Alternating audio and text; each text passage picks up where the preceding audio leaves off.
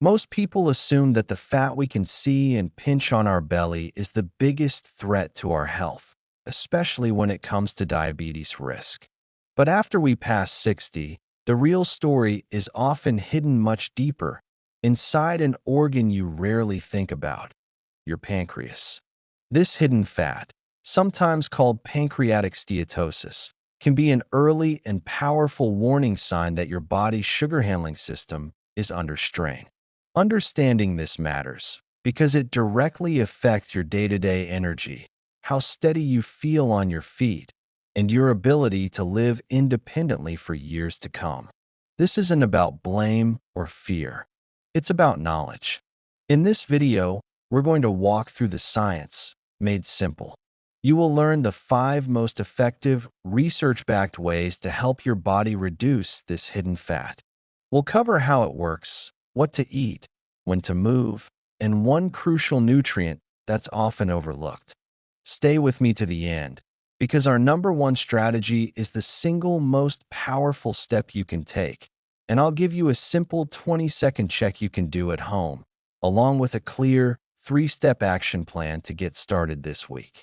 There are no scare tactics here, just a calm look at what the science suggests, what it doesn't, and when it's a good idea to chat with your doctor. If you're navigating health changes after 60 and want clear, science-backed guidance you can trust, you're in the right place. Consider subscribing to join our community.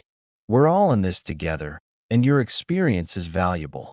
Let's begin with our countdown, starting with number 5. This is a simple addition to your plate that works wonders behind the scenes. Number 5. Prioritize a special kind of fiber. Now, we all know fiber is good for us, but for tackling fat in the pancreas, one type is the star of the show, soluble fiber. Here's the simple mechanism. Unlike the rough, insoluble fiber that acts like a scrub brush for your system, soluble fiber dissolves in water to form a thick, gel-like substance in your gut. Think of what happens when you add water to oatmeal. It gets thick and syrupy.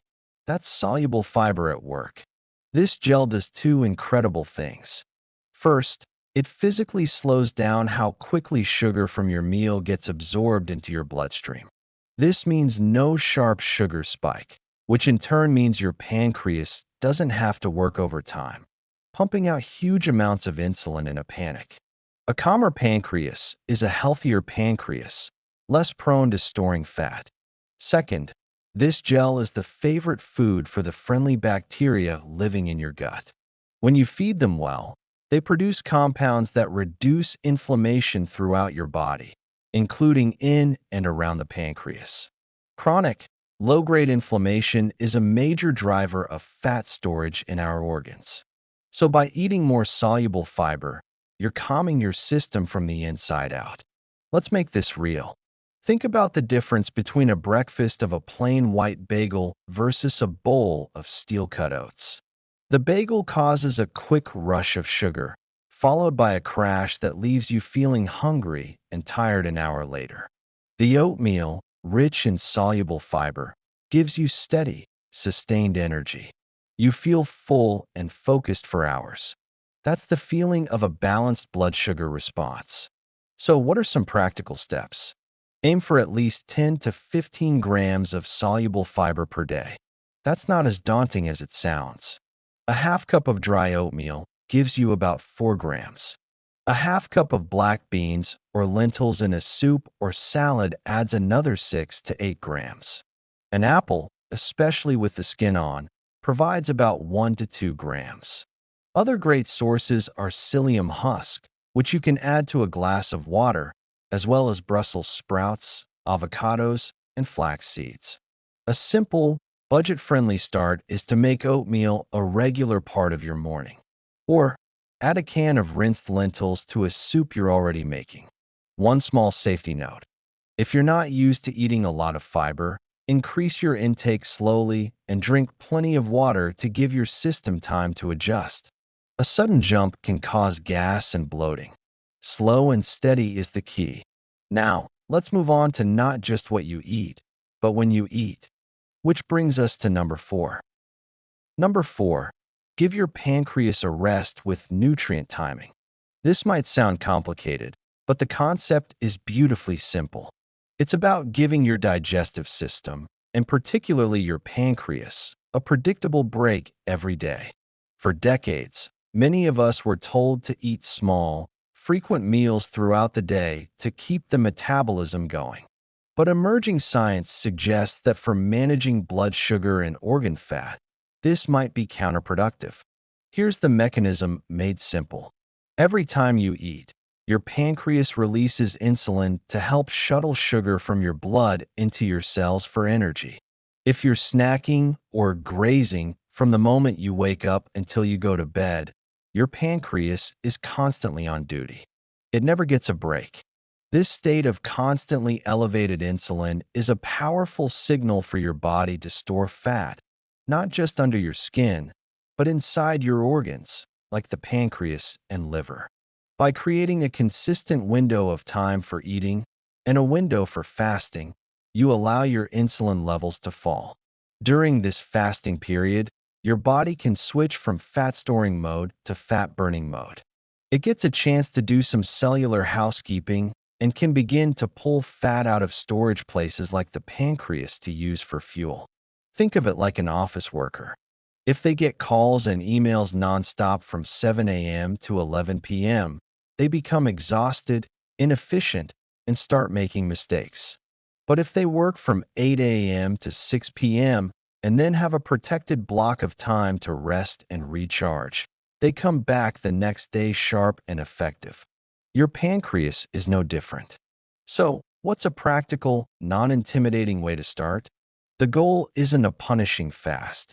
A great starting point is a 12-hour eating window. This simply means you consume all of your calories for the day within a 12-hour period, and then you fast, drinking only water, black coffee, or plain tea for the other 12 hours. For example, if you finish dinner at 7 p.m., you would simply wait to have breakfast until 7 a.m. the next day. For most people, this just means cutting out late-night snacking.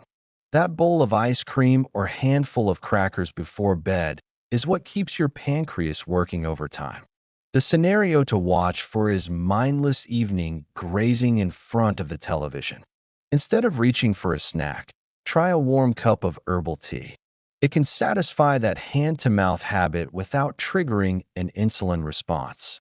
A crucial note here: if you are taking medication for diabetes or blood pressure, it is essential to talk to your doctor before making any changes to your meal timing. Adjusting when you eat can affect how your medication works, so it needs to be done safely under medical guidance. From the timing of our meals, we now turn to the timing of our movement, which is our third point. Number 3, use gentle movement as a sugar sponge.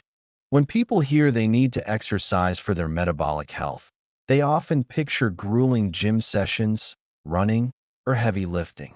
But for taking the strain off your pancreas, some of the most powerful movements are surprisingly gentle and brief, especially when timed correctly. The mechanism is fascinating. Your muscles are the biggest consumer of blood sugar in your entire body. When you move your muscles, especially the large ones in your legs and core, they act like sponges, soaking up sugar directly from your bloodstream. And here's the best part.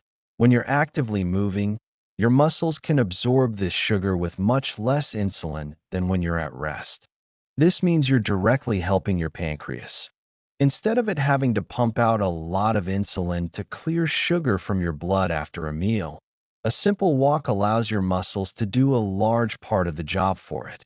This lowers the workload on the pancreas and reduces the high insulin signal that tells your body to store fat in your organs. A relatable scenario is that sleepy, sluggish feeling you can get about an hour after a big meal.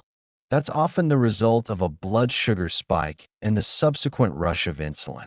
A short walk can completely prevent that. You'll find you have more energy and a clearer head in the afternoon. This brings us to a crucial myth bust. You do not need to engage in intense, sweat-inducing exercise to get this benefit. In fact, a simple 10 to 15-minute walk taken within an hour after your main meals, has been shown in studies to be incredibly effective at stabilizing blood sugar. The goal is not to burn a massive number of calories. The goal is gentle muscle contraction to help manage your blood sugar. Here are the practical steps. First, aim for a short walk after your biggest meal of the day. If you can do it after every meal, that's fantastic, but starting with just one is a huge win. Second, if getting outside is difficult due to weather or mobility, you can get the same benefit indoors. March in place while watching TV, do some simple sit-to-stands from a sturdy chair, or even just walk around your home for 10 minutes. The key is consistent, gentle movement after eating. If you're finding this explanation helpful, a quick tap on the subscribe button ensures you won't miss our next video on protecting your joint health. A simple chair-based routine could be 10 sit-to-stands, 30 seconds of marching in place, and 10 leg raises on each side. Repeat that cycle for 10 minutes. It's gentle on the joints, but still activates those big, sugar-hungry leg muscles. The key is to make it a habit, just like brushing your teeth. It's a small deposit into your health bank that pays enormous dividends. Now for number 2. A nutrient that you've probably heard of, but may not realize is a superhero for your organs. Number 2. Embrace choline, the body's fat-moving specialist. This is where we get a little more into the nitty-gritty of how your body works, and it's truly empowering to understand. Choline is an essential nutrient, which means your body can't make enough of it on its own. You have to get it from food. Its main job, in this context, is to help transport fat. Here is the mechanism, and I want you to picture this. Think of droplets of fat inside your pancreas or liver cells. They are stuck there. To get them out and into the bloodstream where they can be used for energy or properly stored, your body needs to package them up. It builds a special transport bubble, like a microscopic cargo ship, called a VLDL particle. A critical component for building this bubble is a substance made from choline. If you don't have enough choline, your body can't build enough of these fat-moving cargo ships. The fat gets trapped inside the organ cells, accumulating over time. This is a key reason why fat builds up in the pancreas and liver. Ensuring you have adequate choline is like making sure your city's sanitation department has enough trucks to haul the trash away. Without the trucks, the garbage just piles up. Many of us, especially as we get older and our diets change, don't get enough choline. A real-world sign of this can be subtle, perhaps feeling a bit more sluggish or mentally foggy than usual, as choline is also vital for brain health and nerve function. But its most critical role for our topic today is keeping fat from getting stuck where it doesn't belong. So, how can you make sure you're getting enough? The good news is that choline is found in many common, affordable foods. The absolute best source is eggs, specifically the yolk. One large egg contains about 150 milligrams of choline. For most older adults, the recommended daily intake is around 425 milligrams for women and 550 milligrams for men. So, 2 eggs for breakfast gets you a significant way there. And please, don't fear the yolks. Decades of research have shown that for most people, dietary cholesterol from eggs has very little impact on blood cholesterol. Other excellent sources include lean beef and chicken breast, soy products like tofu and edamame, fish, especially cod and salmon. And for a plant-based option, cruciferous vegetables like broccoli and cauliflower are good sources, as are shiitake mushrooms and quinoa. A practical step is to aim for 1 or 2 choline-rich foods each day. It could be as simple as having 2 hard-boiled eggs for a snack or adding a handful of edamame to your salad. By consciously including these foods, you're providing your body with the essential tools it needs to keep your organs clean and functioning optimally. And that brings us to the number 1 most evidence-backed strategy for reducing fat in the pancreas. This is the one that ties everything else together. Number 1. The power of modest, consistent weight loss.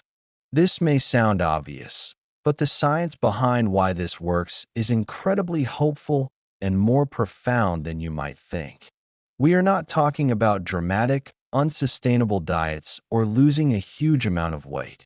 Landmark research, particularly a major study from the UK, has shown that losing as little as 5 to 10% of your body weight can have a transformative effect on the fat inside your pancreas. Here's exactly how it works. When you create a gentle, consistent calorie deficit, meaning you burn slightly more energy than you consume, your body needs to find fuel. Its first port of call isn't the stubborn fat on your hips or belly. It first mobilizes the most accessible, metabolically active fat, which is the fat stored inside your organs, specifically your liver and your pancreas. This is a first in, last out principle in reverse. The organ fat is often the last in, first out. Your body sees it as readily available energy. As you lose weight gradually, your body literally pulls the fat droplets out of the pancreatic cells to burn as fuel. This process is called defatting the pancreas. As the fat leaves, the pancreatic cells can begin to function properly again. For many people with prediabetes or early type 2 diabetes, this can restore the pancreas's ability to produce and release insulin effectively. In some cases, it can even put type 2 diabetes into remission. This is the most empowering part. It's not about reaching some ideal weight you had in your 30s. It's about a modest, achievable reduction from where you are right now. If you weigh 180 pounds, a 5% weight loss is just 9 pounds. A 10% loss is 18 pounds. This is a realistic goal that doesn't require extreme measures, just consistency. This is not a story about deprivation. It's a story of restoration. Every pound lost is helping to clean out your internal engine, allowing it to run more smoothly. So, here is the simple 3-step action plan I promised, including the 20-second home check. Step 1. Know your starting point and your target. First, grab a flexible measuring tape. This is your 20-second home check. Measure your waist circumference at the level of your belly button. For men, a measurement over 40 inches, 102 centimeters, and for women, over 35 inches, 88 centimeters, suggests a higher amount of visceral fat, the deep abdominal fat that is closely linked to fat in the pancreas. Write this number down. This is more important than the number on the scale. Now, calculate your 5% weight loss goal. It's a concrete, manageable target. Step 2.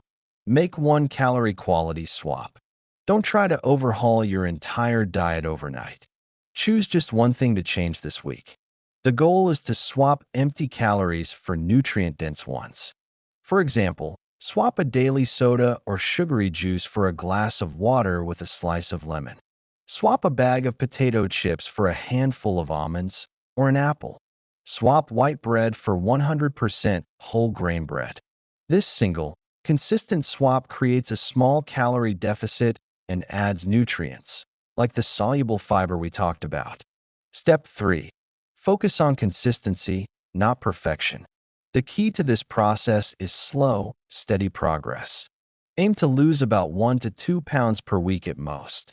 A rapid weight loss can sometimes be stressful on the body. This is a marathon, not a sprint. Track your waist measurement once a month. Seeing that number go down, even by half an inch, is a powerful motivator and a true sign that you are reducing the dangerous fat inside your body. Combine this with the other 4 strategies: more soluble fiber, a protected rest window for your pancreas, gentle post-meal movement, and choline-rich foods, and you have a powerful, synergistic plan. So, let's bring this all together. The idea of having fat inside your pancreas can sound alarming, but I hope you now see it not as a verdict, but as a signal, and one you have a remarkable amount of influence over. It's a sign that your body's energy storage system is overloaded, and it's asking for a change of strategy. The beautiful thing is that the solutions aren't complicated or extreme. It's about small, consistent, and gentle shifts. It's about adding a scoop of beans to your soup, finishing your dinner a little earlier in the evening, taking a calm 10-minute walk after you eat, and ensuring you have some eggs or broccoli during the week. And most importantly, it's about modest, steady weight loss, which acts like a reset button for your pancreas. This isn't about chasing a number on a scale. It's about reclaiming your energy, protecting your mobility, and securing your independence for the long haul. You have the power to make these small changes, and they add up to a profound difference. I'll link some plain language sources in the description below if you'd like to read more. Thank you for investing this time in your health today. My question for you is, what is one small step from this video that you feel you could try this week? Please share it in the comments below. Your journey can inspire someone else to start theirs.